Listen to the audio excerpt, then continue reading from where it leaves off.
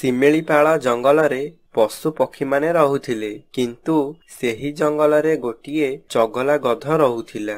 ସେ ସମସ୍ତଙ୍କୁ ନାକେଦମ କରି ରଖିଥିଲା। ଆଜି ମୁଁ କଣ କରିବି? ହଁ ଯାଉଛି, ଆଜି ଚଢ଼େଇ ବସାକୁ ଗଛରୁ ତଳକୁ ପକେଇଦେବି। ଗଧ ଠିକ୍ ସେଇଆ କଲା।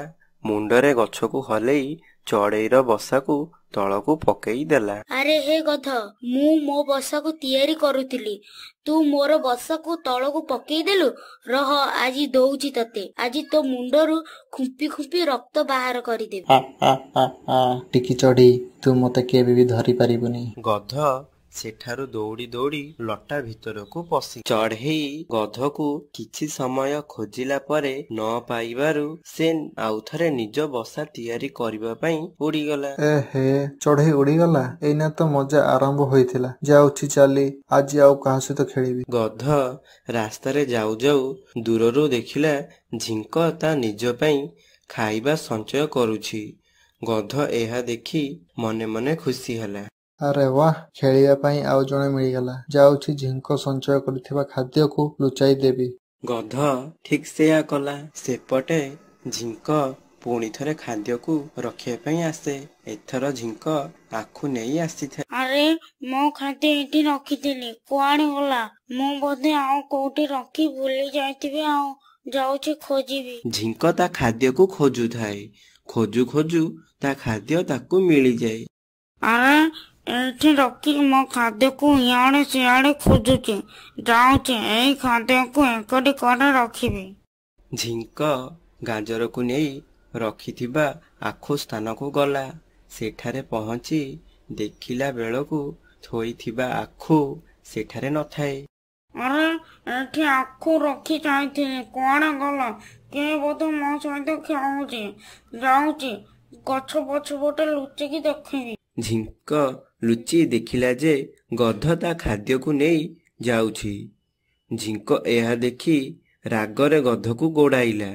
ଗଧ ଝିଙ୍କକୁ ନିଜ ଆଡ଼େ ଦୌଡ଼ିବାର ଦେଖି ଗଧ ବି ଦୌଡ଼ିଲା। ଗଧ, ମୋ ଫଳ ଚୋର କରୁଛୁ? ରହ, ତତେ ମୋ କଣ୍ଟାରେ ଫୁଟାଇ ଦେବେ। ଆରେ ଝିଙ୍କ, ତୁ ଦେଖିବାକୁ ଛୋଟ, ଚାଲୁଛୁ ଧୀମେ ଧୀମେ। ତୁ ପୁଣି ମୋର କଣ କରିବୁ? ତୁ ମତେ କଣ ଧରି ପାରିବୁ? କୁଆଡ଼େ ଗଲା ଗଧ? ଏଥର ତ ବଞ୍ଚିଗଲା। ଆଉ ଥର ଆସୁ, ତାକୁ କଣ୍ଟାରେ ନ ଫୁଟାଇ ଦେଇଛି ସେ ମତେ କହିବ।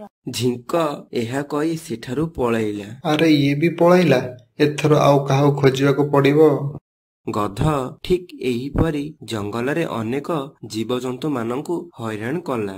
ଗଧର ବାଳୁଗାମୀ ଦେଖି ସମସ୍ତ ଜୀବଜନ୍ତୁ ଜଙ୍ଗଲର ରାଜା ସିଂହ ପାଖକୁ ଗଲେ।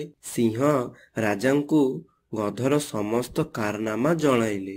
ସିଂହ ରାଜା ଏହି ଦାୟିତ୍ୱ ବିଲୁଆ ହାତରେ ଦେଲେ। ବିଲୁଆ, ଏଇ ଦାୟିତ୍ୱ ମୁଁ ତତେ ଦେଲି। ନିଶ୍ଚିନ୍ତ ହୋଇ ରୁହନ୍ତୁ ମହାରାଜ, ମୁଁ ନିଶ୍ଚୟ ଗଧକୁ ପାଣି ଦେବି। ତା ପରଦିନ ଗଧ ଯାଉ ଯାଉ ଗୋଟିଏ ଫଳ ଦେଖିଲା। ଭାବିଲା ସେ ବୋଧେ ଝିଙ୍କ ରଖିଛି। ଗଧ ପୁଣି ଥରେ ଫଳଟିକୁ ଲୁଚେଇବ ବୋଲି ଭାବିଲା। ଗଧ ଯାଇ ଫଳକୁ ଧରିବା ବେଳକୁ ଗାତରେ ପଡ଼ିଗଲା। ସମସ୍ତେ ପଶୁପକ୍ଷୀ ଆସିଲେ ଏବଂ ଗଧକୁ ଦେଖିଲେ। ବଞ୍ଚା ବଞ୍ଚା, ମତେ ଏଇ ଗାତରୁ ବାହାର କର। ଗଧରେ, ତୁ ଗାତ ଭିତରେ ପଡ଼ିଗଲୁ।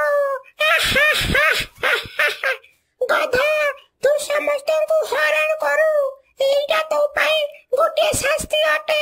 ତୁ ଏଇଠି ଏଇ ଗାତରେ ଗୋଟେ ଦିନ ରହ, ତୁ ତୋ ନିଜର ଭୁଲ ବୁଝିପାରିବୁ। ସମସ୍ତେ ସେଠାରୁ ପଳାଇଲେ।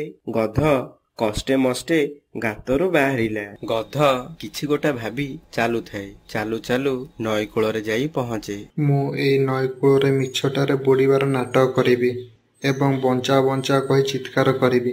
ସେମାନେ ଆସି ମତେ ଦେଖିଲେ ମୁଁ ତାଙ୍କୁ କହିବି, ମୁଁ ତୁମକୁ ବୋକା ବନେଇ ଦେଲି। ଏହା କହି ଗଧ ପାଣିକୁ ଡେଇଁଗଲା। ଏହା ଠିକ୍ ସମୟ।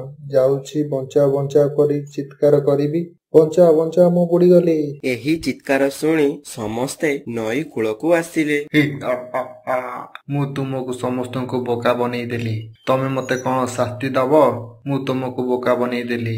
ଗଧ ଦେଖିଲା ଯେ ସମସ୍ତଙ୍କ ସହ ମହାରାଜ ସିଂହ ଆସିଛନ୍ତି। ଏହା ଦେଖି ଗଧ ଦୌଡ଼ି ଦୌଡ଼ି ପଳାଇଲା। ଗଧର ଏଇ ବାଳୁଙ୍ଗାମି ଦେଖି ସମସ୍ତେ ବିରକ୍ତ ହୋଇ ସେଠାରୁ ଚାଲିଗଲେ। କିଛି ଦିନ ପରେ ବହୁତ ଦିନ ହେଲାଣି, ଯାଉଛି ଆଉ ଥରେ ସମସ୍ତଙ୍କୁ ବୋକା ବନେଇବି। ଏହା କହି ଗଧ ନଈ କୂଳକୁ ଚାଲିଗଲା। ପୁଣି ଥରେ ପୂର୍ବ ପରି ଆଉ ଥରେ ପାଣିରେ ପଡ଼ି ଚିତ୍କାର କଲା। ବଞ୍ଚା ବଞ୍ଚା ମୁଁ ପାଣିରେ ବୁଡ଼ିଗଲି, ପାଣିରେ ବୁଡ଼ିଗଲି। ଏଥର କଣ କେହି ଆସୁନାହାନ୍ତି? ଏହେ, ମୋ ଗୋଡ଼ କଣ ତଳକୁ ପାଉନି, ମୋ ନିଶ୍ୱାସ ପାଉନି, ମୁଁ ବୁଡ଼ି ଯାଉଛି। ବଞ୍ଚା ବଞ୍ଚା ବଞ୍ଚା। ଏହା କହି ଗଧ ସତକୁ ସତ ପାଣିରେ ବୁଡ଼ିଗଲା।